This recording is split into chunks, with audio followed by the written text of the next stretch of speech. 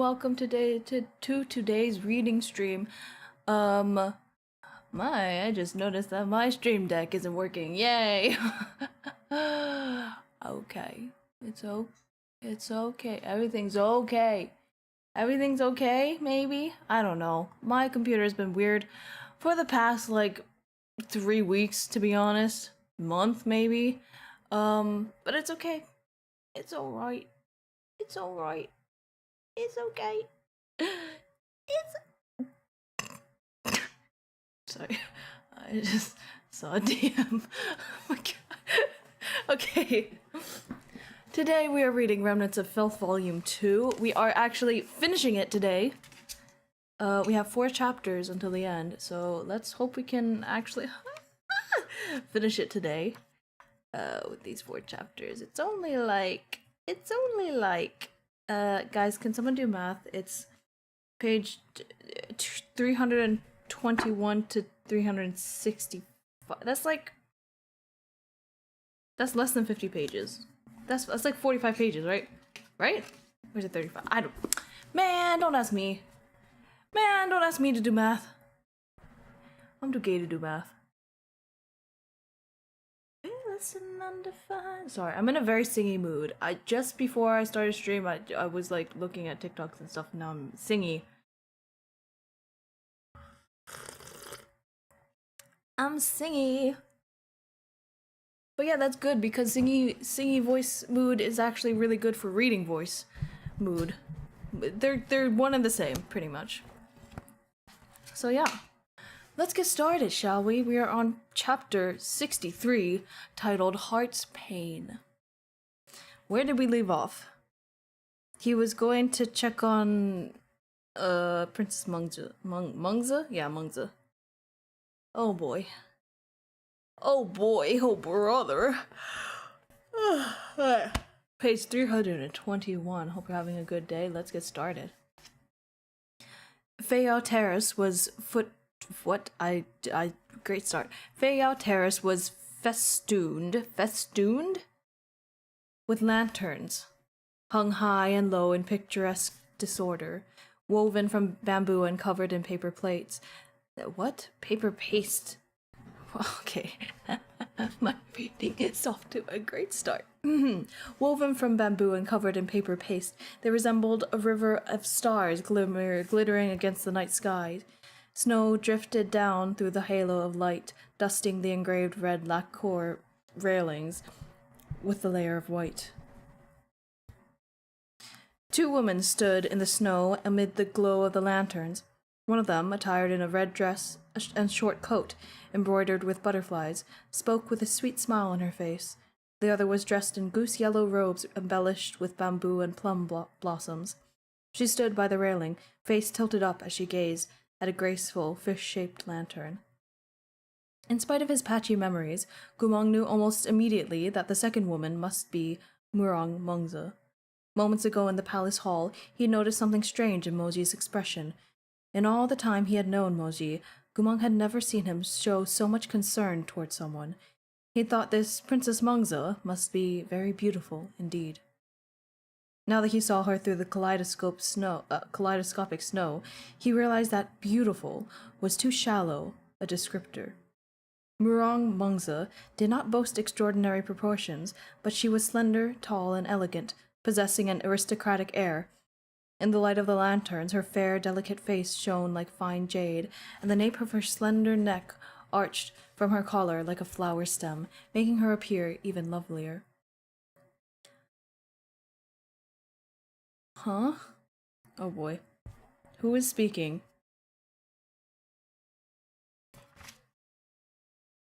Yeah, okay. It is him. Okay. Mungza. Murong Mungza turned and stared briefly before breaking into a smile. Ah, Modaga. Long time no see. The girl in red was her handmaiden, Yuan Yang. The young lady made her own obeisance, I can never figure out how to say that word, to Moji and smiled. This one greets Jihejun. 10,000 blessings to Jihejun. Moji walked over to Mungza. Why are you standing out here? Isn't it cold? I've just spent time recovering at the hot spring palace. These lanterns are so pretty, and they're only here once a year, Mungza said, still smiling. It's fine. Moji couldn't think. Moji couldn't think how to persuade her otherwise. At that moment, however, his thoughts were interrupted by the sight of a hand reaching out from behind him to touch Mungza's temple. What? His own hand. He was interrupted by his own. You should go back inside. It's very cold out here.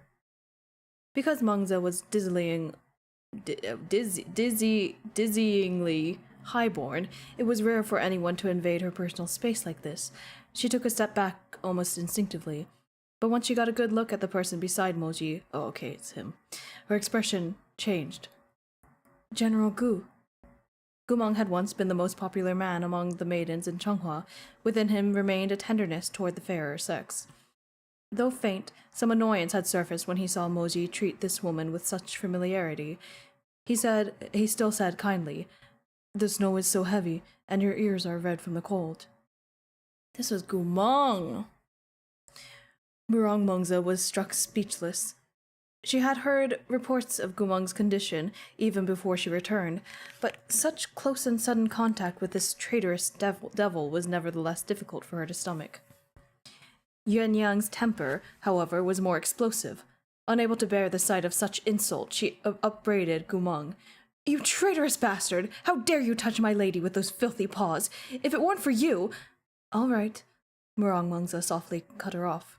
"That's enough." Yuan Yang pouted. "Princess, why are you so even-tempered? Even I felt wrong on your behalf." What nonsense. Murong Mungza didn't raise her voice, but her air was imposing. Yuan Yang, stop making such a fuss. You should go back inside and warm up. Yes, at once. Despite her reluctant acquiescence, Yuan Yang shot a furious parting glare at Gumong, her cheeks puffed in anger. With her handmaiden sent away, Murong Mungza turned to Moji. "Does he live at your manor now?" It was clear of whom she spoke of. Moji murmured in assent.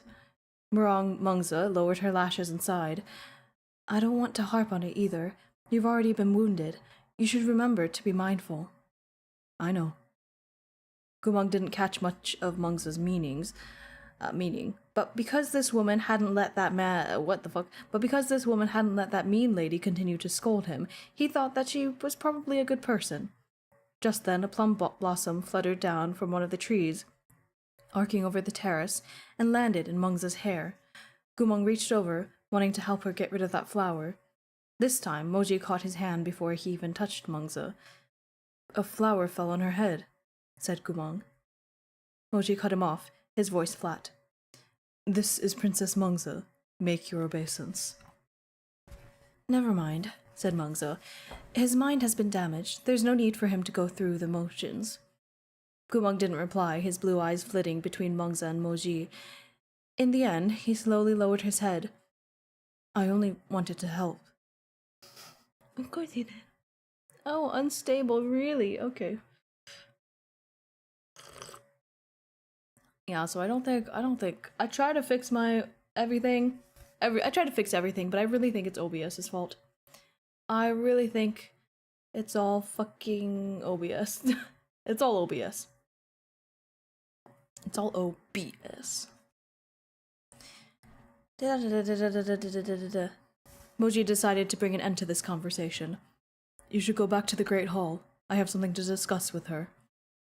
Now it was Moji's turn to chase someone off. As it turned out, Gumong and Yuan Yang were quite alike. They were both the ones to be sent away. Gumong looked silently at Moji and Mungza. After a few seconds, he quietly turned to go. Gumong had always been gentle and accommodating toward women. Even after he lost his memories, this part of his personality hadn't changed. He always felt that they were fragile, delicate, and beautiful, deserving of the utmost protection. He, on the other hand, was a coarse and brutish grown man. Women deserved the best he had, and he ought to treat them courteously. Thus, he felt that what Moji did was right. Princess Mungza was a princess, an extraordinary woman who was even more deserving of reverence and care than usual. He was filthy. He was a slave. Of course he shouldn't be trying to touch her. But for some reason, he felt deeply distraught. He returned to the great hall, rubbing his cold, reddened hands and cupping his freezing ears. By this point, the hall had filled with many guests, but he didn't recognize anyone when he looked around.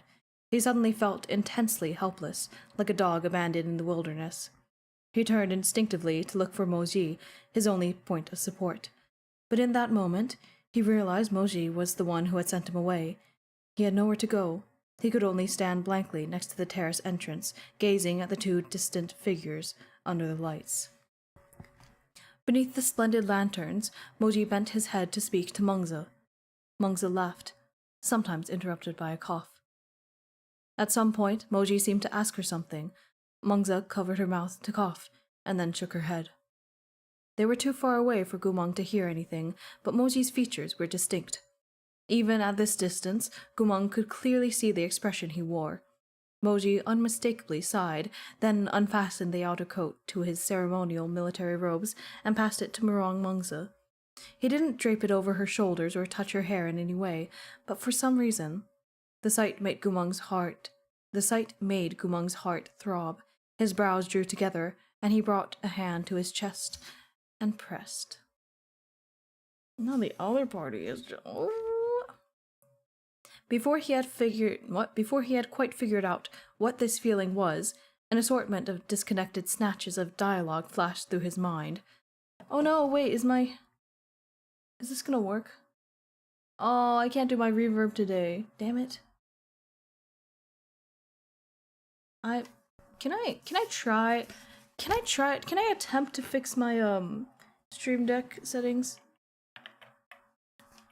Let's see. OBS.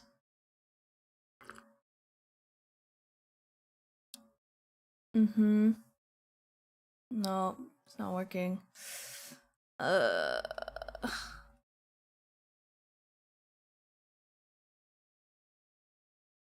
How do I do this? It's really all of... Oh, wait, does this work? Okay, so it is just OBS. Thanks, guy! Sorry, it's been fucking with me for too long and I'm really annoyed with it. Ugh. Let's see.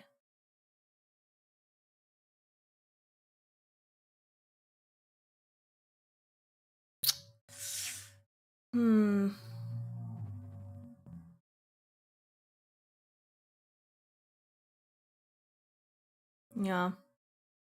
It's not gonna work today. Okay. Okay. Just pretend. Just pretend. Oh, do you take your time? Thanks, sweetie. Has OBS been fucking with everyone? I really believe it has been. It has been. This is my theory. Everyone has had problems and troubles with it. Alright. Well, this is all in italics. This next sentence. Xizhong, I meant it when I said I liked you. It was Moji's voice, full of the same youthful sincerity it had held in his dreams. His Imperial Majesty has named me Zhihejin. In the future, I'll never have to bow to the whims of others again. I will achieve everything that I promised you. I want to rightfully and properly be together with you. Gumong, I will give you a home. Wait for me, okay? Believe me. Gumong's heart hurt more and more fiercely, as if a thistle had grown roots and sprouted in it, only to be violently torn out. Those old words echoed in his ears, his vision doubled. The sorrow caused such agony that he couldn't remain upright. Gripping the balcony's doorframe to keep himself steady, he panted, head hung low. He didn't quite understand the meaning behind those words he'd just remembered, nor could he recall what had happened before and after, or how those oaths had been sworn. Sworn? Pronunciation is great today. But this pain, along with his old feelings, were distinctly carved into his bone marrow. Even breathing was difficult. The air caught in his throat. Calm and comforting there. Oh, well, sometimes it's calm. Sometimes it's a little less calm. I will admit. But I'm glad you find them enjoyable. Oh my god. This page has a beautiful illustration of Princess Mongza and Zhihejin, although Moji you can't really see his face in this, but Princess Mongza is so pretty and we have matching birthmarks. Oh, she's so pretty. And the lantern light. Alright, we are at the top of page 327. Somewhere in his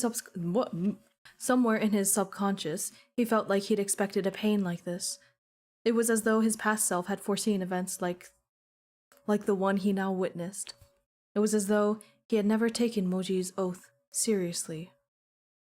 The future Moji had painted for him. What? The future Moji had painted for him was so beautiful. The young man in his memory seemed to have pledged that oath with his whole life, his heart, his body, his passion, and all of his love. Gumong could tell that once he had wanted to believe it, so much so that he had ached and shivered and nearly shattered. He had wanted to take Moji's hand, to throw caution to the wind and heedlessly trust him and love him. But despite all this, in the end, he was too afraid. Moji was the darling of the heavens, a descendant of Chenghua's nobility, the fourth in a line of generals, and Gumong was nobody. This love was too heavy. He couldn't bear its weight. He knew there would come a day when Moji would grow up, grow wiser, and come to know that his feelings for Gumong was nothing but an impulse of his youth. A life was a very long time. The one accompanying him through it would never be a lowly and base-born slave. But it seemed that he hadn't confessed any of this to Moji back then. As he recalled it now, he realized that it was because he'd been afraid of this as well. Voicing these thoughts would have constituted a wretched defeat. He already had so little, he could not afford to hand over the sincerity of his heart. To the gentry, a slave's heart didn't count for much. It could be broken, toyed with, discarded, or even crushed underfoot. But to him, this little heart was all he had. The only thing he had to his name in this life. So Moji could love and break taboos with him in a moment of rash impulse, but Gumong has no such luxury. Fate had its own hierarchy. Such was life, as loath as he was to admit it. Even if he closed his eyes, he couldn't hide from the truth. Fate had dealt him a meager hand. What Moji wanted to... I can read, I promise. What Moji wanted, he couldn't give. What Moji gave, he couldn't bear. The best place for him was where he was now, standing outside the terrace, in a dim and unremarkable corner, glancing at love affairs that had nothing to do with him. Maybe even laughing a little to himself. But Gumong couldn't laugh. A deep-rooted instinct protected him. He dimly knew that he should smile with relief. But in any case, he was no longer the General Gu of old. The smile wouldn't come. He turned his head away, no longer daring to look at the scene on the terrace. As though fleeing those figures, he walked over to the tiered tables and stood beside them, soothing his aching heart. More and more attendees arrived. Standing by himself, a convicted criminal, Gumong was naturally the target of many sidelong glances. Some of these guests had blood debts with Gumong, and their gazes fixed upon him, as though they would have rushed to devour him whole, if not for the occasion.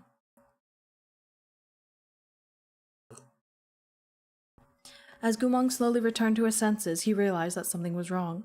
He looked around and saw ice-cold faces full of hatred surrounding him in every direction. He hastily grabbed some food from the table at random and, clutching to his chest, scurried away in panic like a universally reveled rat. Universally reveled rat? At last he found an unremarkable corner to crouch in. Only then did he notice that none of these things he'd grabbed were very tasty. His foraging skills were terrible indeed. From a table full of delicacies, he'd grabbed only 2 green onion and sesame pancakes. It contained that hated vegetable, and it was cold, too. At this point, however, he couldn't afford to pick and choose. Gumong lowered his head and began to nibble on the pancake. As he chewed in silence, a warm and low voice sounded from behind him. Gumong, why are you here? I don't remember who this is. I don't remember who this is. Let me figure out who this is.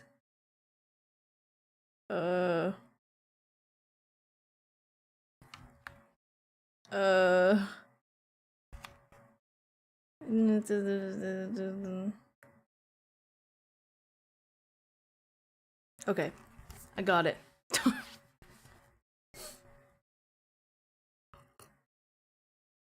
Gumong turned around with the pancake dangling from his mouth. Jiang Yezhi sat in his wooden wheelchair, looking at him as in astonishment. It was the man who had helped him put on the necklace. Gumong let out a sigh of relief. He didn't feel any hatred toward this man, and even felt that they might have been quite close. He bit down on the pancake and mumbled, I won't annoy anyone if I'm here. Of course, Jiang Yezhi was aware of how others would treat him. He sighed. Where's Jihejun? He's with the princess. I see. No wonder he left you here alone. Gumong swallowed a bite of pancake. Why are you here? Do people not like you either? Jiang Yezhi smiled. Pretty much. He glanced into the distance. Yue Chenqing was beaming as he chattered to his 4th uncle, radiant with delight. As usual, Murong Chuyi treated him with indifference, perhaps not even listening. Jiang Yezhi watched them for a while and then looked away. Indeed, people don't like me. Gumong scooched over to make some space for Jiang Yezhi. The two watched snowflakes drift outside the window in wordless silence. Suddenly, Gumong glanced at Jiang Yezhi's legs and asked, Why are you always sitting? My boy. A pause. I was wounded in battle. I can never stand up again. Gumong didn't reply right away. He took a few more bites of the pancake, but he truly couldn't bear the taste of the green onion anymore. He held it out to Jiang Yezhi. Want some? After a moment's silence, Jiang Yezhi sighed. You're just the same as you were before. Gumong's eyes widened slightly. You knew me too? Who on earth would not know thee? Jiang Yezhi said with a grin. Footnote, from Bidding Farewell to Dong the Great 2 by Tang Dynasty poet Gao Shi. Or she, I don't know. I can never tell which one it is. I don't really get it. I did know you. You, Jihejun, Lu Jianxing, and I used to defend the border. What the fuck? You, Jihejun, Lu Jianxing, and I used to defend the borders together. As he spoke, Jiang Yezhi glanced at the pancake in Gumong's hands. Back then, when you couldn't finish something, you'd also try to fob it off on us. Gumong stared at him in confusion. So, are you also an old friend of mine? Yes, Jiang Yezhi replied. We risked life and limb together. He sighed softly. So I can't hate you. Gumong looked down. But Moji hates me. Jiang Yezhi chuckled, dark eyes gleaming with a peaceful, clear light. You're not wrong. Although, out of all the men in the world, he's probably the one who least wants to hate you. A pause. Really? Yes. Snowflakes floated onto the window lattice, stained orange by the lights from the palace hall. Jiang Yezhi smoothed the coat draped over his shoulders and admired the snow with Gumong. In the past, he did treat you quite well. Gumong made no sound. Jiang Yezhi's voice was mellow and deep. When you were trapped, he insisted on rescuing you despite the risk of his own life. When you fell unconscious from your wounds, he stayed up for days on end to watch over you. When you received any honor or award, he was happier for you than any of his own achievements. When you made jokes, he's such a serious person, but he always sat with the other soldiers and watched you. As soon as you delightfully finished the joke, he always laughed first. But you've forgotten all this. He always laughed first. Oh no. Oh no.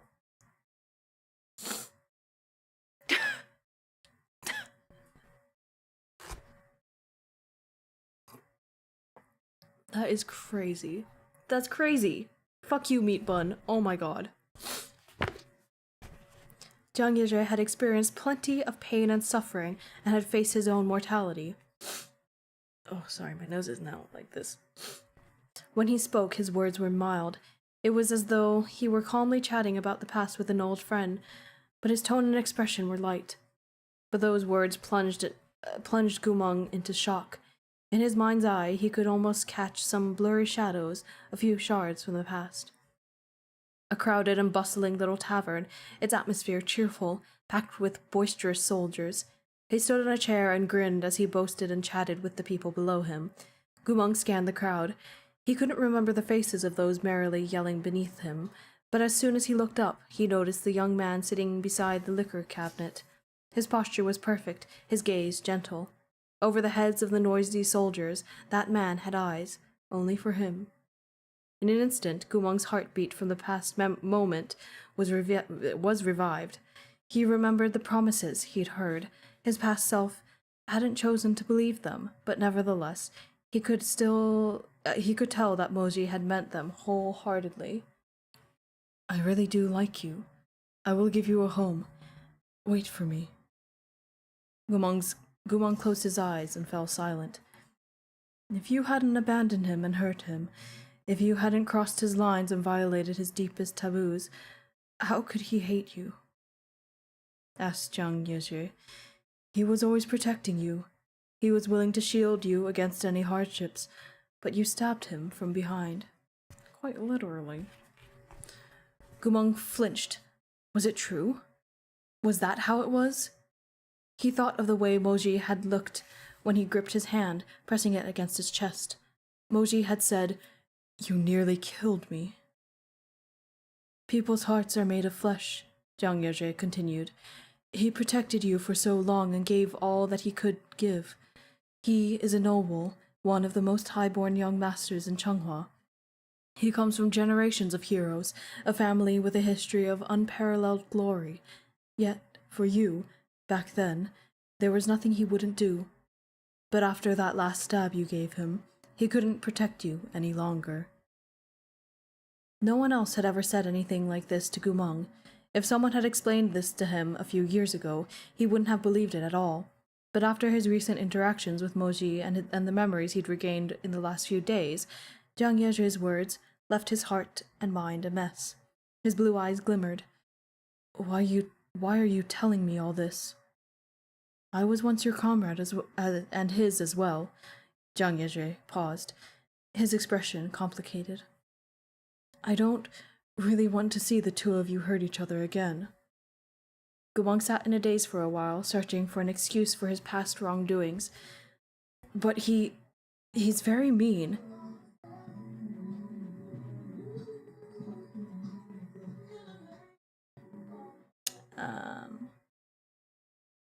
Yes. But he's very mean, he said almost helplessly. He said I was very dirty. That's because you don't know... What? Yes, that's because you don't know he loathes traitors more than anything. Gumeng stared. Why does he hate traitors the most? Jiang Yezhe paused to consider this. I wasn't planning to get into this with you tonight, but... He sighed. No matter. I've already told you half of it anyway. There's no harm. Let me ask you, do you know how his father, Fuling Jun, lost his life? Gumeng shook his head. It was because of a traitor. Zhang Yezhe turned to look at Gumeng as he spoke. Many years ago, Fu Lingjun was fighting the Lao Kingdom's armies. He hadn't expected that his second-in-command would defect and threaten the city next to their encampment. While Fu Lingjun was helping the citizens evacuate, the traitor captured him. Gumeng's eyes flew wide open. And then? In order to curry favor with the Lao ruler, the traitor killed Fu Lingjun with his own hands. He cut off his head and stole his spiritual core, then presented them to the enemy nation for a handsome reward. That man was immediately appointed to the rank of general, just as you were. These awful words slipped in through Gumeng's ears and stabbed him through the heart. His hands were trembling. Even more ironically, Fu Lingjun had written a letter to his family that he never got the chance to send. In this letter, he praised the traitor's loyalty, saying that with a brother like this, his family needn't worry. Zhang Yezhe looked down at his own knees and sighed. He also wrote, "Who says we have no clothes, for we share the same robes of battle." Footnote from a pre-Qin dynasty poem collected in the Book of Songs describing the morale of the Qin army uniting against a common foe. The word for comrade, Tong Pao, literally means to share the same robe. Oh, okay.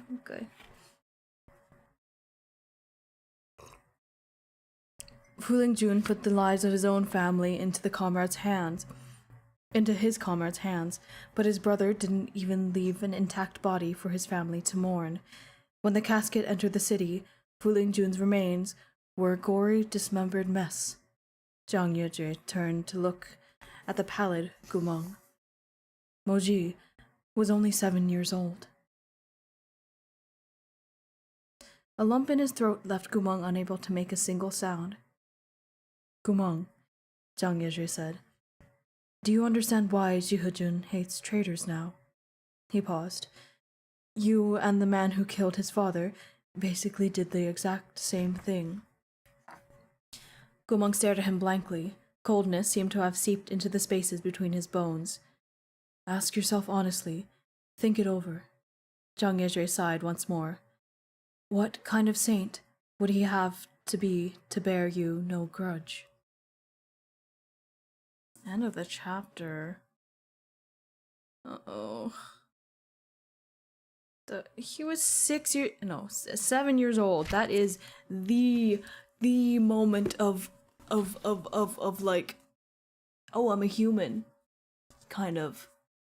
That's when you learn that you're a human and everything matters the most. Oh my god. I don't know why. But specifically 7. Specifically 7 is when you gain consciousness. Proper consciousness. Hello? Hello? There we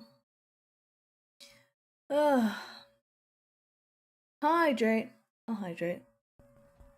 Have some more tea. Oh, that's the end of the chapter, by the way.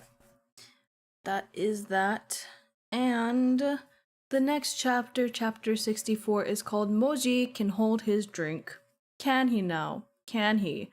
I'll bet you he can't. I'll bet you he really can't. Uh-oh. I bet you he really can't. Alright. Page 335. Oh, that one was like 15 pages rather than... Well, it was 14 pages rather than, 13, because one of them was an illustration. Anyway. By the time Moji and Mengzi came in from the cold, the great hall was full of guests. As soon as Princess Yanping glimpsed them together, she bounded over, all smiles. Jie, brother-in-law, she said sweetly, wishing you peace and happiness. Mengzi cleared her throat. Little girls should learn to watch their tongues. Moji glanced at Princess Yanping. Her attempts at seducing him when he'd first returned to the capital were fresh in his memory, yet she was now trying to pretend nothing had happened. Her skin was really shockingly thick. Yunping batted her eyelashes at him. Jihejin thinks of my sister day and night. All you two are missing is a wedding, so what's wrong with me calling you my brother-in-law? Yunping! Mengzi exclaimed. Okay, I won't bother you two anymore. Yunping cast one last coquettish glance at Moji. Beautiful brother-in-law. See you later. Girl! Girl! Girl! Oh! Can I help you? Are they doing fireworks? It's not even dark yet. It's not even dark yet. I swear to God. Anyway. She disappeared in a cloud of scented powder, leaving Moji and Mengzi to look at each other in dismay and abject embarrassment. Moji glanced at the water clock, then said, His Imperial Majesty will be here soon. I'll help you to your seat. Mengzi smiled. There's no need. I still need to find a few friends and make my greetings. Jihejin may attend to his own affairs. With that, she left. Moji stood in place and looked around for a moment, but Gumong was nowhere in sight. He frowned. Where did he go? Moji could summon him with the slave collar, but he still wasn't fond of that object. Instead, he opted to search on foot, crossing the palace with long strides. In the end, he found Zhang Yezhe talking to Gumong in a secluded corner. What are the two of you doing here? Zhang Yezhe turned to the sound of his voice. He replied mildly, We happened to bump into each other. We're just chatting. What did you two have to chat about? Zhang Yezhe smiled and didn't prevaricate.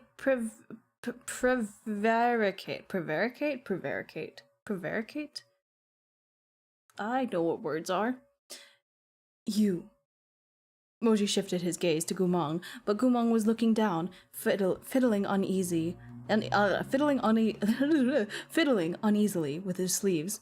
Just as Moji opened his mouth to speak, he was interrupted by the herald's announcement behind them. His Imperial Majesty has arrived. Moji swallowed the words on the tip of his tongue and instead said to Gumong, Time to go. Come with me back to our seats. Once the Emperor arrived, the New Year's Eve fest officially began. Naturally, it was a glittering and sumptuous spectacle, with magnificent toasts and speeches full of praise. Dancers performed as the guests dined, and the sound of music filled the room. After the appropriate rites were performed, the banquet grew lively, as the families toasted and flattered each other, warm smiles shining on their crowding faces. The Emperor relaxed into the cushions of his throne, a lazy smile on his face. Gentlemen, we ask nothing of you but this. Be merry. Can I just say that last paragraph with everything happening was so hard to read. It's like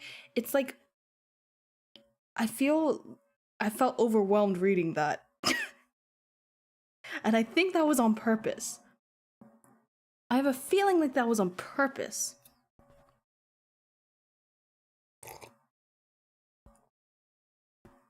The crowd toasted their thanks, wishing good fortune upon the nation and the throne. It was a warm, joyous scene. After the third round, the nobles began to stroll throughout the hall and toast one another. Muronglian slouched in his seat, smoking his pipe. His peach blossom eyes were downcast, his expression slightly tipsy but mostly weary. When Moji glanced over at him, he discovered that Muronglian was staring at Gumong through narrowed eyes, that hazy gaze hiding some indescribable emotion. Here, Jihejin, I'll toast to you. Who is saying this? I actually don't know who's saying this. I just assumed it was Muronglian, but I don't know if it was him. I think it might have not been him. Chang Feng-jun had come and brought his heart-mad daughter along. Moji looked away from Muronglian and made a toast to Chang Feng-jun's longevity. Yeah, it's him, okay. After they exchanged the customary pleasantries, Moji asked, Has your daughter been feeling better? Chang Feng-jun patted Lanner's head, the corner of his eyes crinkling as he smiled. She has. Medicine Master Zhang has been taking care of her ever since he returned. Truly, where would we be without him? Lanner was so small, and her head barely cleared the feast table. Her eyes brightened at the sight of Gumong. Oh, Dagaga! She softly exclaimed in delight.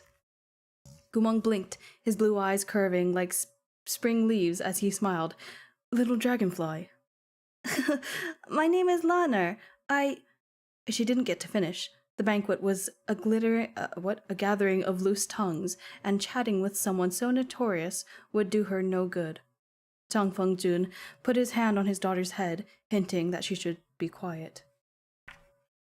Hi, werewolf. Wolf. There you go. Papa? Lanner asked in confusion. Gumong was no longer as bewildered as he might have been. Now he understood that he was a traitor, and traitors were disgraceful. And that was to say nothing of the things Jiang Yezhe had just divulged to him. In the past, the word traitor had not aroused any deep or visceral feelings in him. All he knew was that everyone's eyes contained an inexpressible hatred when they said this word. But when Moji said it, the hatred seemed to be accompanied by an abyssal heartbreak. No wonder. He had only been 7. Like a wolf cub that hadn't yet learned to hunt, and because of the traitor whom his father had considered a brother, his father died such a grisly death. So Gumong had done exactly as that man had. No wonder everyone reviled. You see, when I hear the word reveled, it's a different word. It's reviled? I don't know. Treated him with disdain. A wolf that betrayed its pack deserved to be torn apart and eaten alive. Dagaga, are you upset? Gumong's expression dulled. He lowered his head, sinking into his thoughts, and fell silent. Lanner was still young and naive. She thought he was spurning her because of her heart madness and couldn't stop tears from welling up in her eyes. Dagaga, we've played together before. That's enough, Lanner. Tang Feng-jun forced a smile and pulled her close. Jihojun, we're off to toast a few other families, wishing you peace and happiness. Then he hurriedly led his daughter away. The girl kept looking back with every step. Moji felt that something was off. He turned to look at Gumong. What's wrong? Nothing. Gumong sniffled. Happy New Year. He did as the rest were doing, picking up a cup of wine from the table. I'll toast to you, too. Gumong said nothing. Jiang Yezhe, that meddlesome people-pleaser, had definitely told Gumong something he shouldn't. He refused to accept the wine Gumong held out to him. Moji stared into those blue eyes, as if he wanted to peer past them straight into his flesh and bone. What did you just hear? Just what did you hear? He asked through clenched teeth. But Gumong hadn't time to say anything before another group of people came by to offer a toast.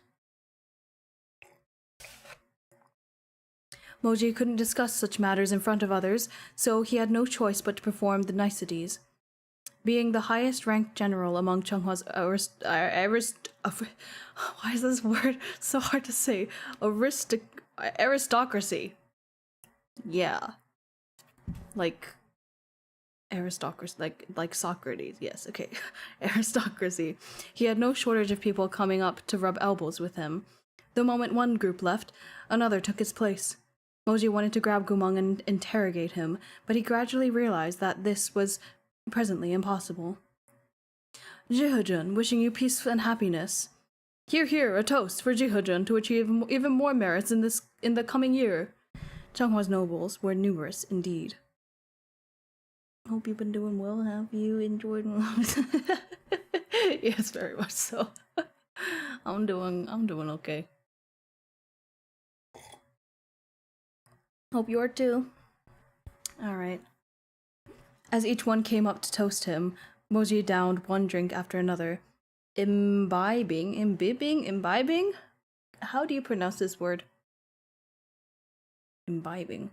More than enough to make him tipsy. Unlike the Honorable Wang Shijun, however, Moji's alcohol tolerance was respectable. Muronglian was already thoroughly inebriated, slumping in his seat as he bit down on his pipe and took another drag of ephemera with hazy eyes. But as the evening wore on, even Moji was nearing his limits, and still more nobles came forth to toast him. They were all grizzled seniors, his uncles and elders, so Moji had no choice but to show difference, repressing his own discomfort to drink with them. The high-ranking Northern Frontier Army officials sitting in the seats of honor watched from afar. One of them couldn't help but whisper, "Are they trying to get Stepdad to so sloshed he faints?" I forgot they called him that. I forgot they called him Stepdad. It's so cute. Someone else snickered, gloating. Back when Jihujin was on campaign, we had to celebrate the New Year in the camp. I'm gonna let this guy... Imbibing? Did I say that like that the first time? That's pretty loud, my guys.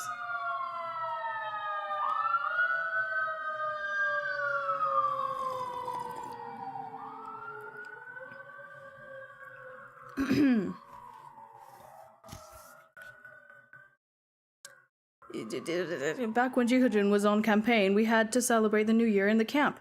He was the boss, and he refused to drink no matter who toasted him. One year, he even banned alcohol. Now that he's back in the capital, he doesn't get to call the shots anymore. What goes around comes around. Boo-boo wagons. Stupid. One of the others was positively gleeful over the thought. Sorry, I'm not over that. His eyes sparkled as he asked, "Guys, do you think Stepdad will get drunk tonight?" Whoa, now that would be a sight to see. I've never seen Stepdad blackout drunk. Do you think he'll go nuts? I think he'll just fall asleep. Come on, why don't we bet on it? I bet that our Stepdad will fall asleep and stay asleep. I bet that he'll toss fireballs at people. This isn't D&D, what the fuck? Bet high or bet low, but once you bet, let the money go.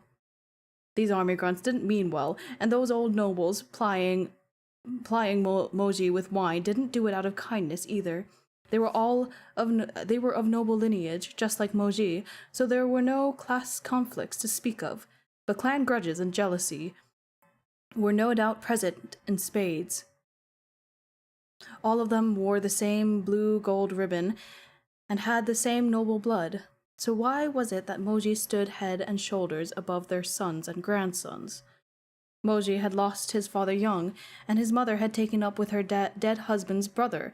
Family scandal upon family scandal. Oh, that's weird. That is weird. Ugh. The Mo clan should have long faded into irrelevance. Who could have expected Moji to be tough as nails, enduring every hardship, persisting until he'd reached his current position of absolute dominance? Who gave him the right? Adding insult to injury, Moji was not only accomplished on the battlefield, but was also a paragon of propriety. That is a really fun phrase to say, paragon of propriety. I feel like Preminger. Paragon of propriety. Putting him next to the other pampered and spoiled scions of the same age was like comparing clouds to mud. Forget the old emperor. Even the current emperor had nothing but praise for him. Every young master born to a noble family had, at one point, been hauled out and compared to Jihujun. Even when these elders privately measured their children against each other, they'd always ended up mentioning Moji. Someone would say, my son's growing up to be more and more handsome. To that, the other family would sourly respond, he's not as handsome as Jihujun. Or someone would say, my boy's sure gifted. He blew up the Academy's spiritual energy testing pillar at 13. Ha ha ha. To which the other family would snidely comment, Jihujun blew them up at age 10. He burned down 10 whole spiritual pillars. He burned down 10 whole stone pillars. Can your son do that?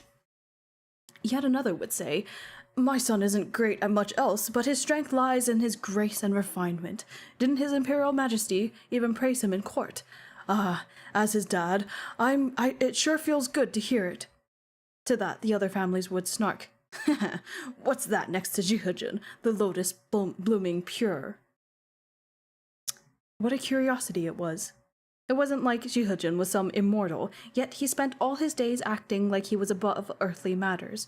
Did he truly not have a single speck of filth on him? Had he never made a single mistake? And so Moji became the greatest grudge in these elders' hearts. Although many of them praised him aloud in their hearts, although many of them praised him aloud in their hearts, they longed to see him make some mistake or cause some scandal. That way, their dearest little darling at home could finally let out a breath of relief after years of suffering.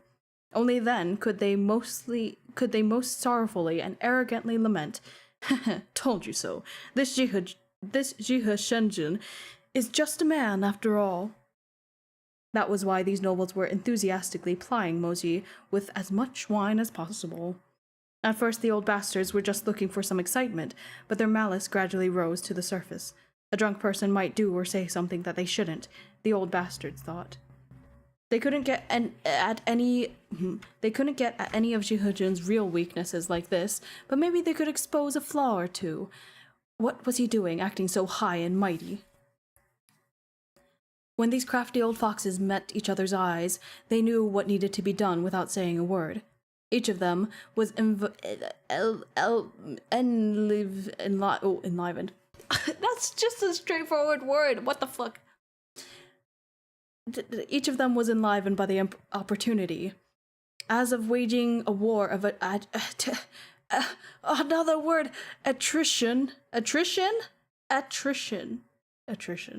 As if waging a war of attrition, I think, they began taking turns toasting Moji. "Jihujun, another! Ha ha ha! To your meteoric rise, to promotions and prosperity. I've always taught my son to learn from Jihujun's example. Come, top up Jihujun's cup." Moji could not take much more. If they were his age or younger, he might be able to turn them away, but all these people were of his father's generation and wore warm and enthusiastic smiles. Neither etiquette nor atmosphere allowed him to refuse. As he downed cup after cup, even the rims of his phoenix eyes were reddening from the fumes. That's so fucked. These guys are more than twice his age. Ugh. Disgusting.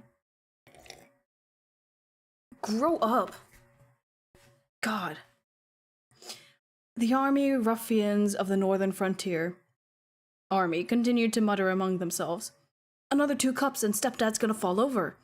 2 cups? I think 1'll do it.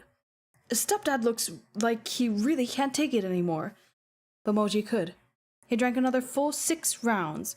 By the time the 7th cup was pushed toward him, his face was pale, and he was on the verge of retching. "My apologies, Uncle Chin. The man's beady eyes shone as he earnestly pressed him. Ogier. I used to be comrades with your dad. We went through hell and high water together. With this cup of wine, I toast your father. You mustn't refuse. Down it in one go." What a cunt. The others joined in, urging Moji along. Drink, like father, like son." What? Drink for your father and his old friends. With what we just learned, this is not going to end well for anyone. At this point, how could Moji not know that they were taking turns to get him drunk, that they desired to see him humiliated? But Moji's stubbornness rivaled iron. It would have been one thing if he couldn't tell what they wanted, but the instant he figured it out, the likelihood that he'd admit defeat dropped to 0. His vision was blurry, filled with those greasy, grinning faces, those predatory eyes. A wave of heat whirled through his chest. His father. How did these people have the audacity to mention his father to him? Back when his father passed away, when his uncle had usurped power in the family, when his mother had remarried, how had all these people treated him? To a one they had shunned him, eager to wipe him from society like mud from the bottom of their shoe, yet now the name of their old friend and dear acquaintance dropped freely from their tongue, and they went on about how they had held Moji when they were little, taught him to hunt and ride. Moji's heart burned fiercely, the rims of his eyes reddening. A surge of obstinate fury abruptly engulfed him. Drink, drink! Ha ha ha, the Mo clan's alcohol tolerance has always been lousy. Reminds me of the late Fu Ling Jun. He couldn't handle a drop of wine either. Ji Hejun and Fu Ling are too similar. How dare they mention him? These faces were like kindling in his heart. With a jug of wine, a handful of fire, a splash of bubbling oil, everything burst into flame. Moji jumped to his feet, eyes fixed on the men in front of him. Crowded by a terrifying sight of Moji with his eyes scarlet, those elders' faces fell, their smiles frozen. They were still afraid of making Moji truly lose his temper. Someone raised their voice, feigning calm. Ji Hejun, you don't need to drink if you don't want to. Your father didn't like to drink either. You two... He was interrupted by a loud bang. Moji had opened a jug of strong wine nearby with one hand, his gaze deathly fixed upon the speaker's face. He brutally lifted the jug, tendons white, as he pushed it into the other man's arms. Then he opened a second jug for himself. The old noble's jowls trembled as he forced his mouth into a fearful smile. What does Ji Hejun mean by this? I'm toasting Uncle Chin on behalf of my late father. Moji bit out each word. He reached over with his other hand to firmly pat the old noble's wizened face. I'll drain it, he said softly. Uncle Chin had better not leave a single drop either. Whoever backs down is a rotten loser. With that, he lifted the wine, closed his eyes, and tilted his head back to drink the entire jug.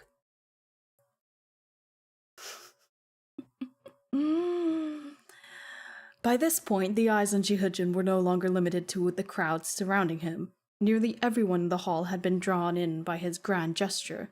Stupefied, they craned their necks to watch this drinking contest. Uncle Chin saw that Moji had finished his jug. He looked down at the jug bigger than his own face, and couldn't avoid swallowing nervously. A chill ran down his back. However, everyone was watching. He couldn't afford to take this lying down. He steeled himself and leaned back to chug. Unfortunately, he couldn't hope to match Moji's resilience. After he gulped down half the jug, he couldn't take it anymore. He couldn't take any more. He doubled over and threw up. With a crash, the wine jug shattered to the ground. Uncle Chin raised his head with effort, meeting Moji's scornful and vicious gaze. Those phoenix eyes were scarlet from the wine, but remained clear through sheer force of will. They were like twin daggers. Moji's glossy lips parted. Uncle, are you going to keep drinking? Uncle Chin shuddered. No. Although he had admitted defeat, there were still others who thought Moji would break under a little more pressure. Unwilling to give up now, they took up the challenge. In no time, another jug of wine was brought forward. Just as Moji was about to take it, someone grabbed hold of his arm. Through his bleary, reddened eyes, Moji turned to look. Gumang had gotten to his feet, his face clear and resolute. It was hard to tell if this was the Gu Shitong of the past or the broken prisoner of the present. Gumang took the wine jug from him. Why are so many of you ganging up on him? Oh, Gumang. Oh, I love him. I love him so much. Oh goodness, ads. Well, that was the end of the chapter, so I will be taking a short little break to refreshen my tea. Or what little is left of it. And to like walk around and get my blood pumping again. So I will do that, and I'll see you in a second. Alright. Holy shit. I have to do all this manually again. Okay, here we go. Bye. I mean, not bye. BRB.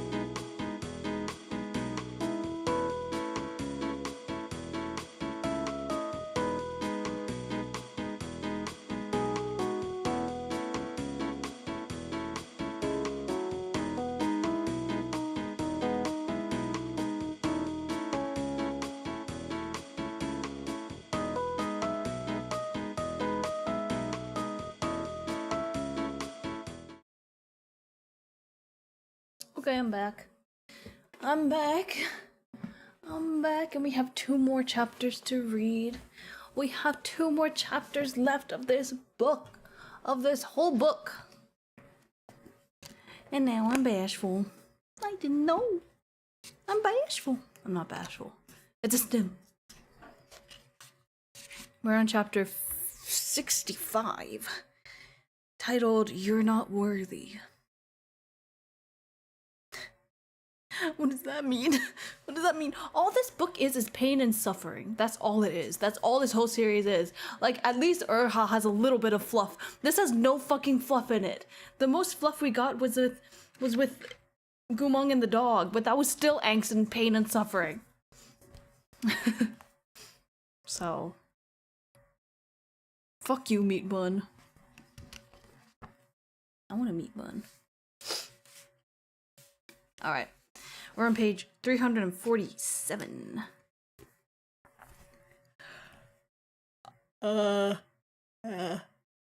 Sorry. You know what I need? You know what I really need is a neck brace, but like one that doesn't touch my neck at all. So like while I'm reading this, I'm not like, you know, having my neck like being strained, the back of my neck being strained by looking down, because that is really that makes me nauseous so easily. But yeah, my neck is very weak.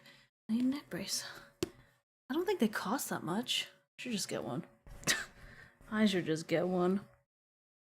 All right, 367.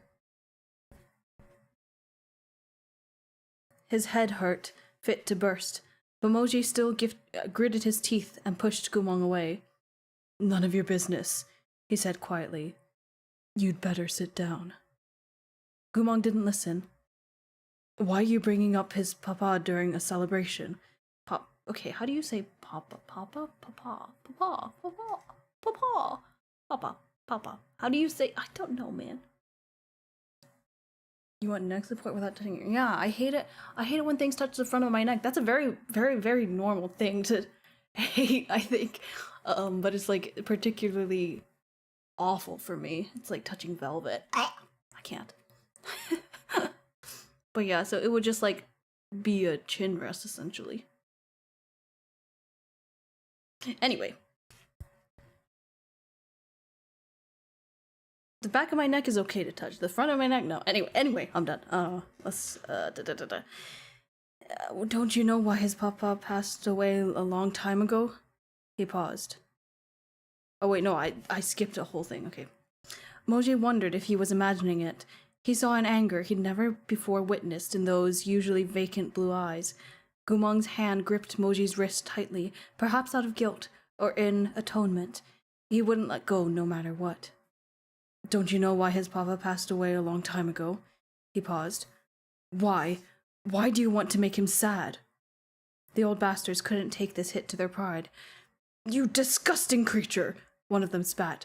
You dare speak to us nobles like this in the palace? Running wild just because your mind's broken. Get lost. No one asked you. Gumong didn't budge. He stared at them, and then yanked his lapels open to expose the slave collar around his pale neck. Despite this mark of shame upon him, he nevertheless stood valiantly in front of Moji. The sight of him left the crowd momentarily stunned. It was as though the former beast of the altar, that powerful and charismatic man who could charm humans and ghosts alike, had returned to this broken shell. I am a servant of Jiha Manor, Gumong proclaimed. He is my master. Moji was so dizzy, he was close to collapsing. Only sheer willpower kept him on his feet. He closed his eyes and said in a low voice, Gumong, you better get... I'll drink this wine on his behalf, Gumong said, interrupting him. As he spoke, he imitated what Moji had done to open the seal, his expression grave. But before he could drink a single drop, a mighty kick to the chest cut him off. Haven't you been taught the rules? Cried a furious noble. The jug of wine smashed to pieces on the ground. The old noble's son had died fighting Gumong. That old noble's son had died fighting Gumong. He pointed a trembling finger at him, face scarlet. You traitor! You deserve to die 1,000 times for your crimes. What right do you have to stand here and talk? The situation had spun out of control, and no one knew what to say to resolve it. On the other hand, the Emperor was a madman who thrived on chaos. He probably thought that an ordinary feast on New Year's Eve wasn't thrilling enough, and the sight of a fight breaking out under his nose only served to energize him. Engrossed, he watched with his chin in his hand instead of calling for them to stop at once. At his core, Gumong had a ruthless nature. While he remained naive, he could still be passive. But now he had regained some of his memories and learned something of the debts he owed Moji. Fueled by this knowledge and his natural instincts, Gumong refused to back down, no matter how inappropriate his actions might be. Gumong pointed at Moji. I've done bad things, but he hasn't. Oh. No. No one spoke. To gang up on him like that is shameless. Moji was getting dizzier. Quietly, he tried to stop him. Gumong, don't. Gumong glanced at Moji with his clear, bright blue eyes. I'm sorry. I understand why you said I was dirty before. You're a good person. I won't let them bully you. With that, he turned to glare at those old bastards. Come at me, you. He paused, trying to come up with an appropriate term, and failing. He tossed one out at random. You flower pluckers. Silence reigned. The Emperor went, Pfft. The atmosphere had been tense and hostile, but when the crowd heard that ridiculous phrase from Gumong's mouth, they couldn't help but burst into laughter. Yue Chunqing nearly spat out his wine as he guffawed, slapping the table. But those old men couldn't handle the affront. They raised their fists, surging forward to seize Gumong. All of them were truly crazed with anger. The wine and their emotions had gone to their heads, and they struck without thought. Moji blinked laboriously and shook his head. His thoughts were a tangle, leaving only instinct a thread of lucidity. At the sight of the crowd laying hands on Gumong, Moji thought of the red lotus sigil on Gumong's neck and was suffused by an intense dissatisfaction and pain. Why? Why did every person he held in his heart end up ruined and destroyed? His father died, Mengzi was sick, Gumong would never recover. Was he fated to be alone? Don't hit him. Blood vessels spiderwebbed across Moji's eyes as muddled sounds issued from his throat, too soft for anyone to hear. It was too like the thought of the lifelong companionship he'd once begged for, completely unattainable. His true heart was something no one would ever know or believe in. Don't hit him. It was almost a sob. Moji shielded Gumong, who was clutching his head, wretchedly trying to squirm away from the onslaught. Both his hands and his voice were trembling. The world in his eyes were waterlogged and shaky. Moji was drunk enough that he was no longer fully alert, and it was hard for others to tell what he intended. Although he was trying to protect Gumong, no one had noticed anything strange about his actions. The onlookers only knew that a fight had broken out and Jihujin had gotten pulled in. Many faces paled at once, but when they looked to the Emperor, they saw that he still hadn't called for a stop to the fighting. He was rolling a berry between his fingers and watching with narrowed eyes, as if in contemplation.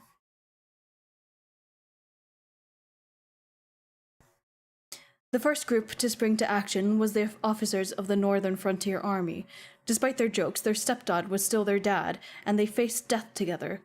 How could they allow others to humiliate him so? They forgot about placing bets and hastened to the scene.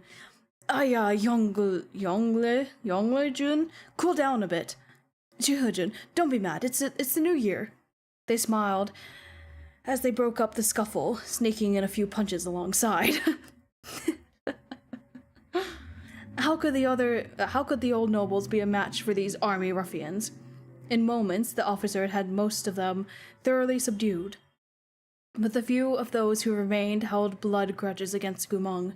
They had lost all rationality and cared nothing for their rank and their circumstances. As they grabbed Gumong and struck him, they shrieked in rage.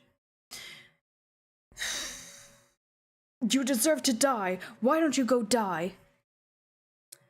Princess Mungza couldn't bear to watch any longer either.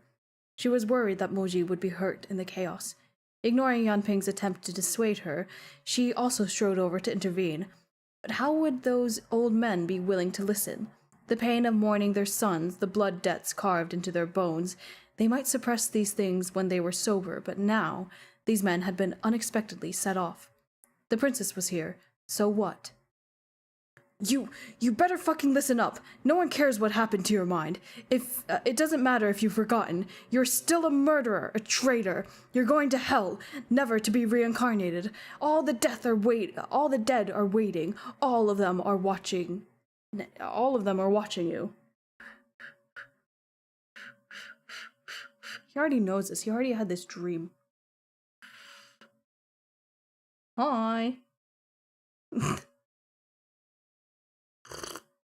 I'm fine. We're finishing up this book.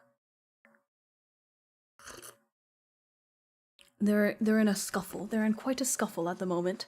How are you? Ugh, okay. Gumong's heart juddered. All the dead were watching him, just like that time at the soul-calling abyss. All of them were watching him, demanding their lives from him. Why haven't you died yet? All I wish for day in and day out is to see you dead. You motherless, fatherless bastard cur! These men had lost control. Stripped of their rank, wealth, and reputation, a human's basest instincts and emotions were no different from those of wild beasts. Someone shoved Gumong viciously. He stumbled and fell to the ground, knocking over a tea table behind him. Wine spilled across the floor, and shards of porcelain pierced the flesh of his back. Blood flowed from the wounds, but Gumong barely noticed the pain. Faced with the intense hatred of those old nobles, he couldn't say a word. He watched as someone picked up a heavy jug of wine, preparing to smash it over his head. Oh boy. Oh boy. Oh boy. Yeah, it's a good book. It's kind of awful, but it's a good book. Without warning, something came flying through the air and shattered the jug. The broken pieces skittered across the floor as wine splashed everywhere. Gumong shielded his face with a hand, squinting through the downpour of wine. When he could again open his eyes, he saw that a pipe had tumbled to the floor next to him. Oh! What is happening? What is happening?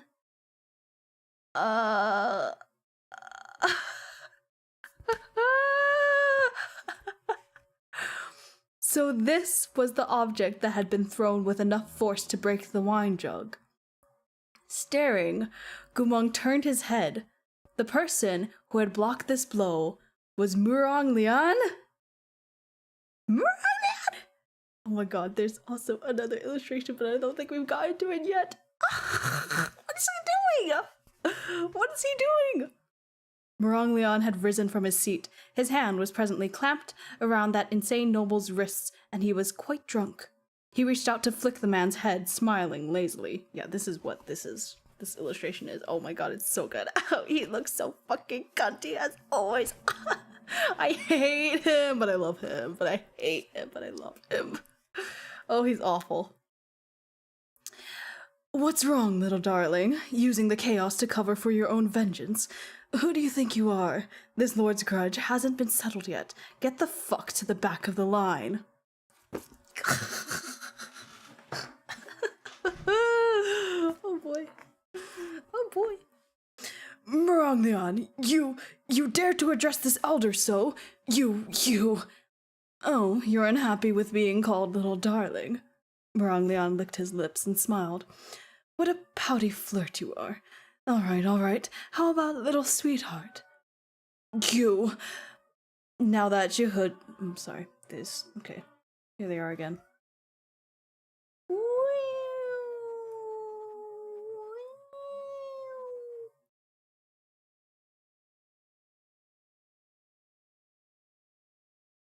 Okay. And now that Zhihe, Wangshu, and Mengzi were all involved, the emperor had no choice but to step in. No matter how much he wanted to watch the show, he finally cleared his throat from atop the throne, as if he had only just noticed the commotion. "What's all this?" he asked sternly. "It's New Year's Eve. I don't care if you're not bringing us blessings, but you dare make a scene and cause trouble here. Imperial Guards!" "Yes, Your Majesty." "Pull them apart. At once." Gumong finally managed to escape from the mess. The Imperial Guards pulled the old nobles off him and dragged him out of the fray. Panting for breath, he instinctively looked toward Moji, only to see that Mengza had already helped him over to a seat nearby. Moji had been wounded. Someone had cut him deeply on the shoulder, and the wound still dripped blood. Now that the fight was over, he could finally let down his guard. As soon as he lowered his defenses, he looked entirely exhausted by the effects of the wine. "Lean back," said Mengza. "Let me take a look at your wound." Moji's eyes drifted shut as he rested against the stone pillar at his back. Distressed, Mengza ran soft fingers over his shoulder as she murmured, "Why didn't you dodge?" "I'm fine." Moji's long lashes lowered. "Couldn't." "You couldn't?" Mengza wasn't stupid. "More like you got distracted as soon as you saw him take the wine for you. He is a traitor. Why can't you get this straight? Why can't you remember this?" Moji's lashes fluttered. "I didn't do it for him," he murmured. Mengza didn't reply. She knew how he was. When he dug his heels in, not even 10 oxen could move him. Instead, she merely placed a palm over his wound. "I'll help you stop the bleeding." Gumong witnessed this all from where he sat nearby. Throughout their exchange, Mengza hadn't looked at anyone else, and neither had Moji. Gumong began to understand why Moji was so good to her. Everyone longed for gentleness and was grateful for tenderness. He inflicted upon Moji wounds and suffering, while Mengza gave him care and protection. He had initially thought to atone for his crimes. He had wanted to say sorry to Moji for the things he couldn't remember. But now, there was a lump in his throat, and he couldn't say a thing. He was a traitor. That meant he had no one and only ever brought harm to others, right? He's the same as before. He is exactly the same as before. Gumong didn't look at Moji and Mengza again. He turned away and reached down to pull a deeply embedded shard of crockery from his arm. He tossed it to the ground. Just moments ago, he had yanked open his collar and said he belonged to Moji, so he could help Moji and take the wine for him. What a massive joke. Even the thought of it made his face burn with embarrassment. Slowly, almost wretchedly, he crouched down in the corner. There he sat with his arms around his knees, curling himself into a ball, as if to escape from those curious and disdainful stares. But he couldn't hide. Like a fool, he had impulsively stepped out in front of Moji and loudly proclaimed his stance. Everyone had heard him. Now, he had made trouble for Moji. He didn't dare go to Moji's side, nor did Moji want him there. No one had forgiven him, and no one paid attention to him. He could only brace himself and sit alone, head lowered as he endured those sharply assessing gazes. He even said Jun was his master. Wasn't he always that arrogant? Sure, he used to be formidable, but this is why he was doomed to fail. He has no self-awareness or brains. He had humble lineage, yet great ambitions. Everything about him was wrong. He only became a general because his innate spiritual power happened to be strong. Nothing more. Now that his core is shattered, it's obvious how preposterous he is.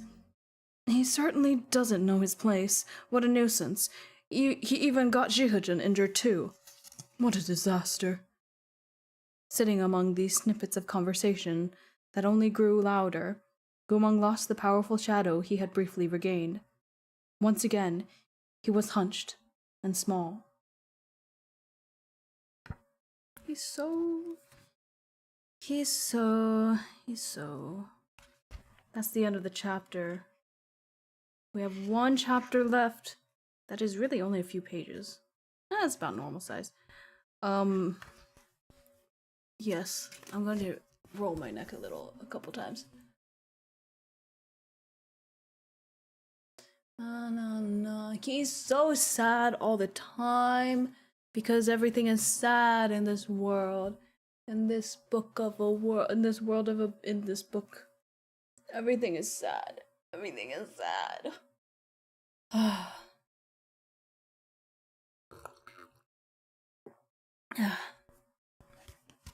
Okay. Chapter 66. Paying Respects. That night, it was Mungza who brought Moji back to his manor. This task didn't benefit her rank, but just like her elder brother and emperor, Mungza didn't care for what other people thought. Gumang lifted the curtain for her, wanting to help Moji into the carriage, but Mungza only looked at him. I can handle this on my own. Gumang hesitated. I'm sorry. I didn't do it on purpose. I just wanted to take the wine on his behalf. Mungza wasn't cruel to him, but neither was she kind. She gazed at him impassively and said nothing. In contrast, Yuan Yang scoffed from beside her. Take the wine on his behalf, she snapped. Do you have the right? Are you worthy of that? Gumang paused. It's just that I learned about some things. I want to make up for them. Make up for them, Yuan Yang shrilled. You caused so much trouble and hurt him all those times, and now you figure out that you should make up for them? But what use do we have for your swine heart? What could you possibly make up for? After a pause, Yuan Yang continued like a dog gnawing on a bone. You're nothing more than an accursed liar. You... Enough. Mungza raised a hand to stop Yuan Yang and turned toward Gumang. Under the pristine moonlight, her expression was very cold, and though she didn't outwardly deride him, her gaze was icy. General Gu, I know that you had good intentions, but I ask you to please stop making trouble for Modaga. You've already hurt him so deeply, she said. Let him be. She didn't call him names. Mungza would never say such things, but Gumang understood her meaning. He looked at the wound on Moji's shoulder and fell silent for a moment. Then, without a word, he turned and stepped aside. Mungza and Moji entered the compartment, and he followed in their wake. When they arrived at the residence, Li Wei, who had already heard about the commotion, was waiting solemnly at the door with a crowd of servants. As soon as he caught sight of Mungza, he hurried to kowtow. Your subordinate, Li Wei, greets Princess Mungza. Up to your longevity and prosperity. Although Mungza wasn't the mistress of Jihe Manor, nearly everyone treated her that way. They respectfully and warmly led her into the house. Jihe Manor's seats were all arranged in pairs. Li Wei was more than ready to kiss up to their guests, but he got Moji to settle in a side room, then came out to flatter Mungza. Princess, our lord truly thinks of you day and night. See how he saves you a special place. In everything, all so it's convenient when you visit. Mungza sighed. He's just lazy. He does this for the sake of symmetry. He's not saving anything for me. That's very silly. That's very silly. I would be the same. Oops, sorry. How could that be? Sorry, I just watched the new Dropout episode and that is stuck in my brain. Even we servants can see the feelings my lord holds for the princess. I meant to say game changer. Sorry. As he spoke, Li Wei pulled out one of the yellow rosewood chairs. Princess, please take a seat and enjoy some tea before you go. Mungza didn't demur, so Yuan Yang smiled. We'll be imposing on housekeeper Li. It's no trouble at all. Li Wei hastily waved at the other servants to prepare some snacks and honeyed fruits, and to bring out a pot of the finest Biluochun tea for Mungza. Biluochun.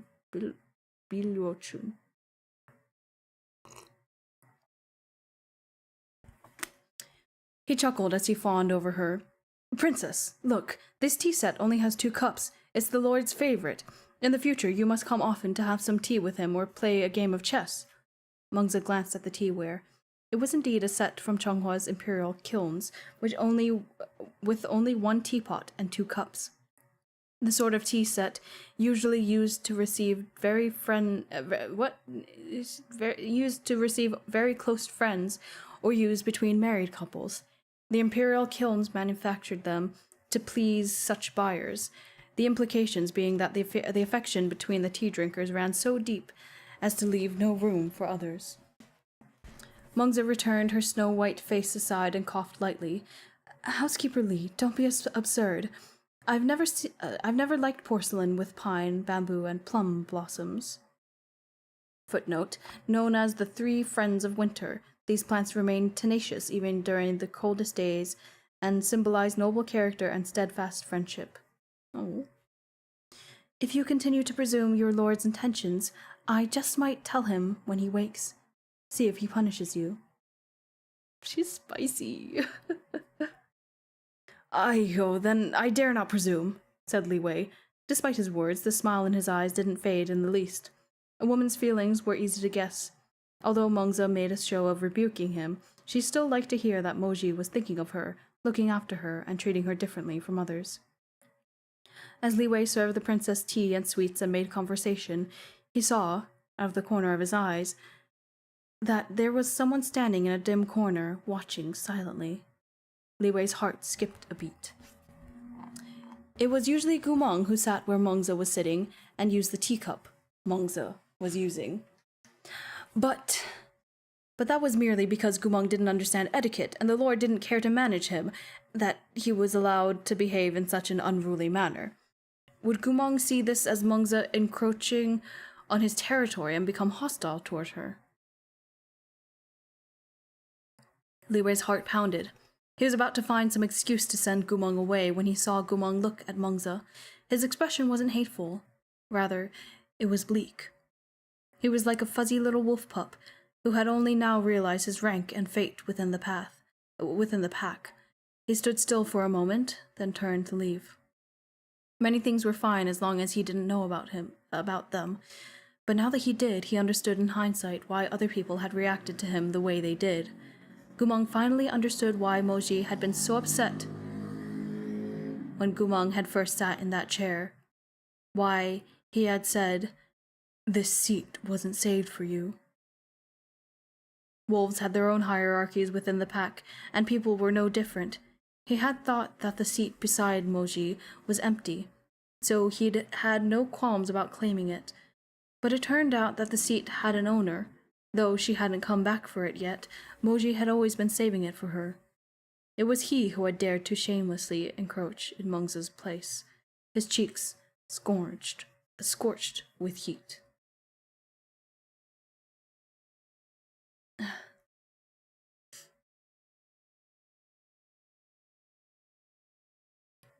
As a scene break.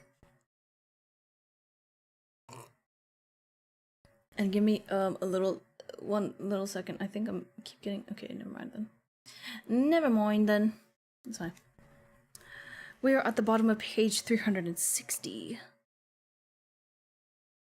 Gumong's been a lot more obedient recently. It was a few days after New Year's Eve. Li Wei stroked his chin as he stood beneath the colonnade, watching Gumong hard at work. He doesn't make trouble or backtalk, and he doesn't carelessly sit in certain places anymore. He clicked his tongue and grinned as he reached his conclusion. Medicine Master Jiang's cure is so effective. Moji had repeatedly asked Gumong what Jiang Yeje had said to him that night, or if he had remembered anything else. But Gumong was reticent. This matter retained a mystery until the first day of spring, when Moji changed into a set of undying white robes and announced he was visiting Warrior Soul Mountain to offer incense to his father. When he heard this, Gumong's eyes flashed with sadness. Moji frowned. What's wrong? Gumong had been making a great effort for these past few months, and his speech was much more coherent than before. Aside from some mispronounced words, or difficulties in movements when he was overwhelmed by emotion, he didn't sound much different from ordinary people. I want to go with you, he said. Can I? What for? Gumong lowered his gaze and softly replied, I want to pay my respects too. Moji's slender fingers stilled in the middle of straightening his collar. He looked up and stared at Gumong, as if pondering something. After a long interval, he said, Change into white clothes. I'll wait for you in the front hall. Of course he's paying respects in the chapter called Paying Respects.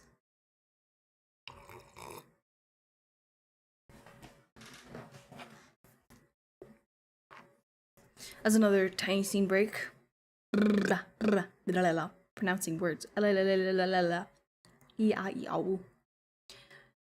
In the spring, Warrior Soul Mountain was lushly verdant and draped in fragrant blossoms. The ruthless cold of winter had passed, and the newly liberated streams babbled along. The warm April sun shone on the river's surface, which sparkled like crystal. Startled animals fled into the brush now and then, with a rustle. The two of them ascended the mountain in silence, walking single file. To show one's sincerity in paying respects, riding swords or using qinggong to scale the mountain was forbidden. Visitors had to walk up, step by step, following the path from the bottom of the mountain. It would take most of a shichen to reach the summit. 2 imperial guards stood at attention inside the heroes' tombs. When they saw Moji, they lowered their head and performed their bows, the red tassels on their helmets rustling. Greetings to Zihajun. Moji nodded to them and let Gumong into the cemetery. It was surrounded by pine and cypress trees, and uncommonly still and silent, as if the cemetery itself didn't wish to disturb the eternal rest of the heroes' souls. Even the twitter of birdsong seemed somehow soft. That was such a beautiful use of alliteration right there. Holy shit.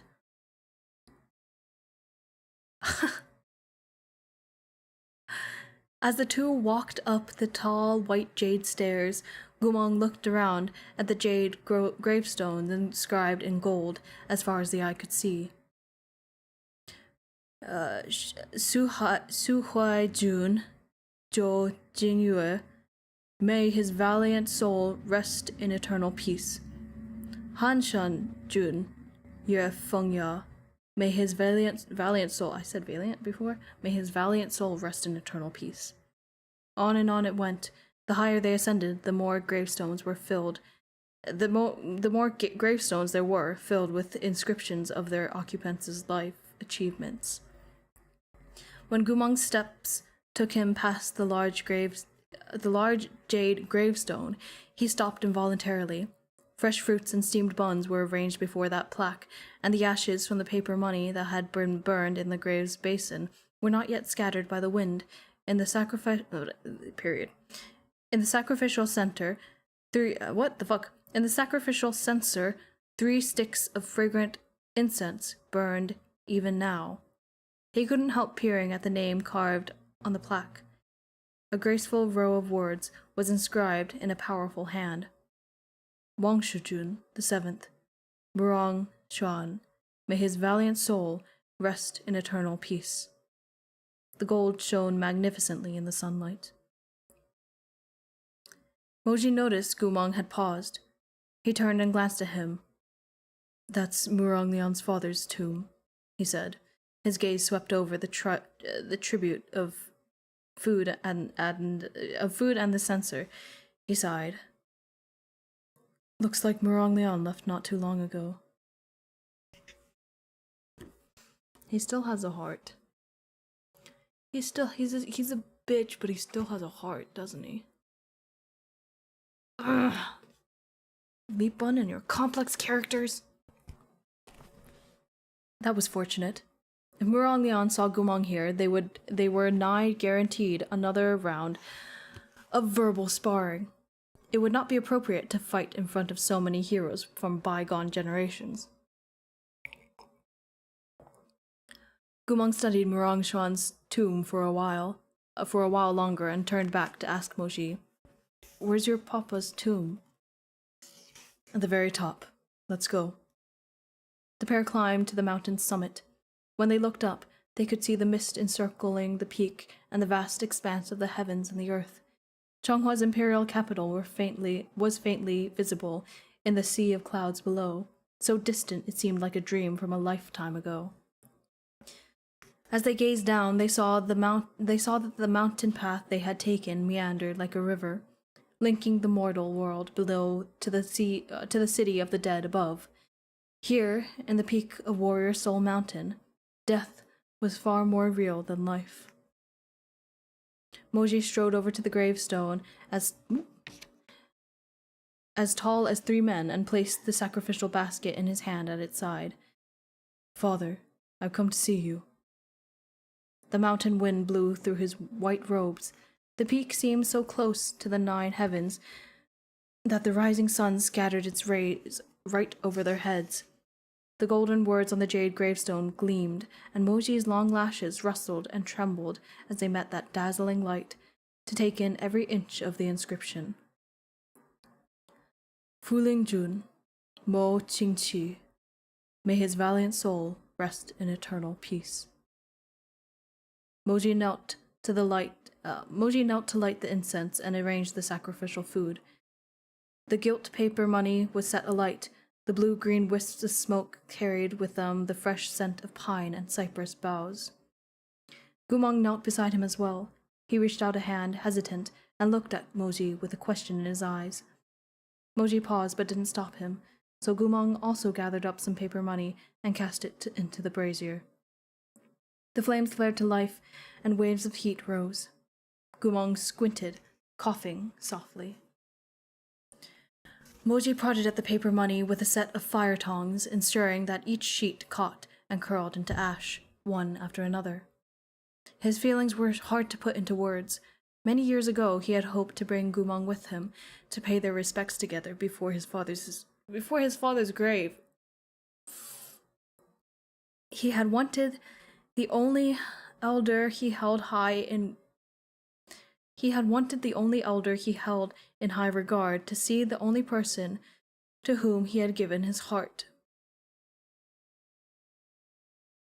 Pain and suffering, like I said. But back then, Gumong had refused.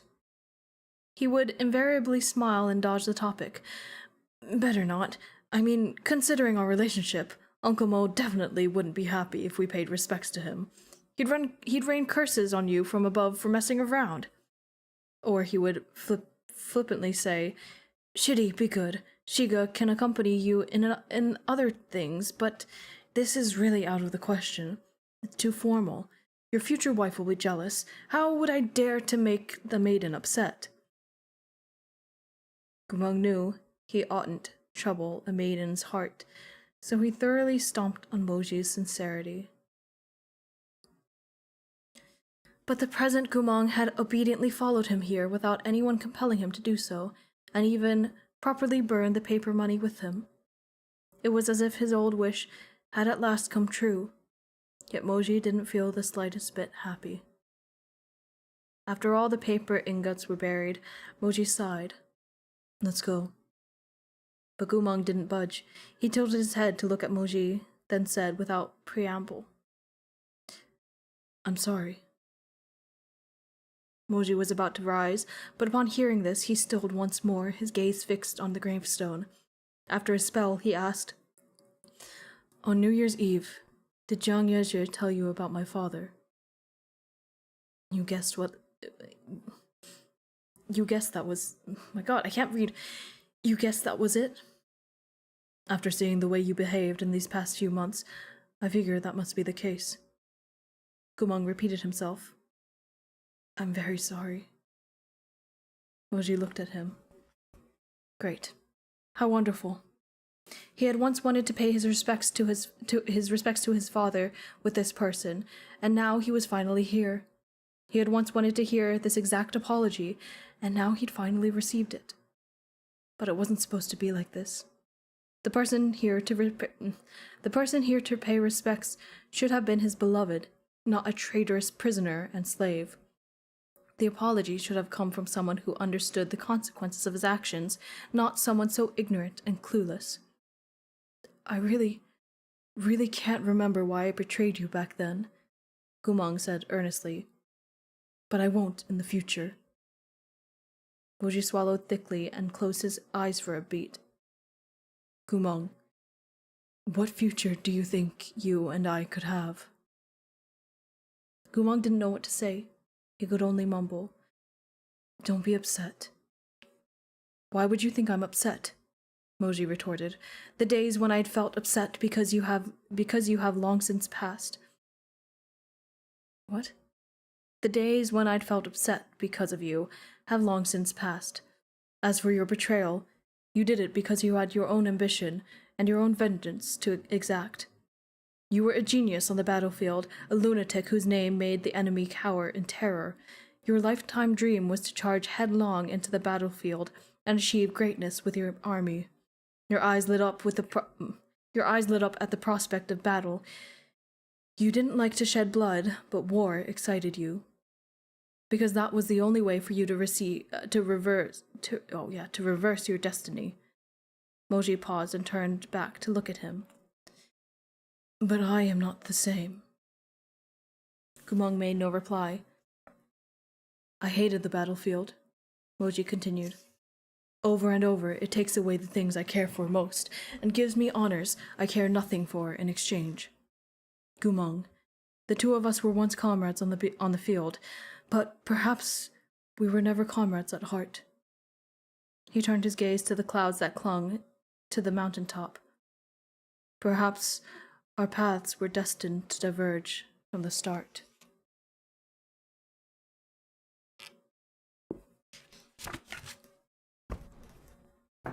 And there you have it. And that sentence ended on the last line. So I turned the page and there was nothing. And that's the end of the book. Fine. You know what? Fucking fine. Be like that. Fuck you, I guess.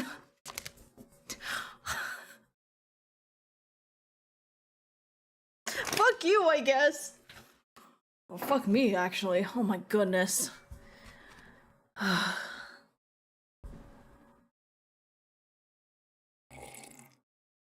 need a minute.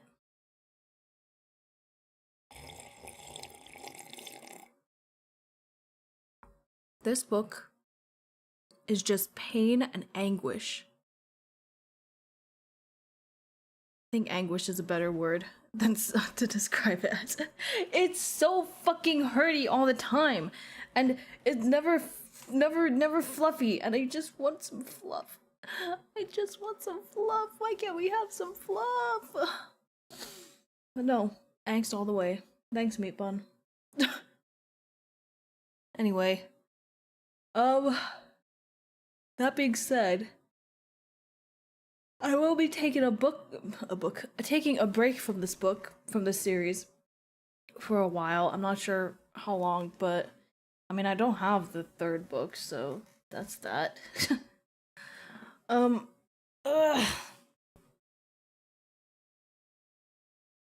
just stretching a little. God. She's mean. She's mean to me in every way. Meat Bun, you're evil, and I love you. Mwah.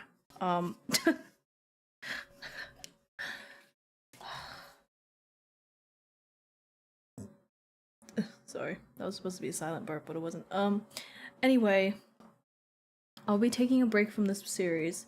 I am still reading Scum Villain, but I might be putting it down to one reading. I am going to be only reading Scum Villain, so I won't be doing 2 reading streams a week anymore.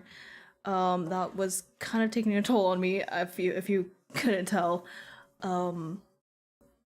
With me, like, canceling 1 a week. Oh my god. B2 Studio. Okay. But yeah, that's what's happening. I don't know, man. We're just gonna focus on Scum Villain for now. And I don't think I've even processed this. What even happened in the... I don't know. This is so slow burn of all slow burns, and I don't normally read slow burns, so it's like infuriating to me. Why is it so slow? I know why it's so slow. It's awful. It's building up the tension all the time, and it's so slow. I know, I understand the reason of it being slow burn, but why does it have to be slow burn? I hate this. Okay. But yes, I will leave you there. My neck is hurting quite a bit, so I have to go lie down. But thanks for hanging out and listening. Stay safe and have a good rest of your day, alright? Alright. I'll see you later, okay? Okay. Goodbye.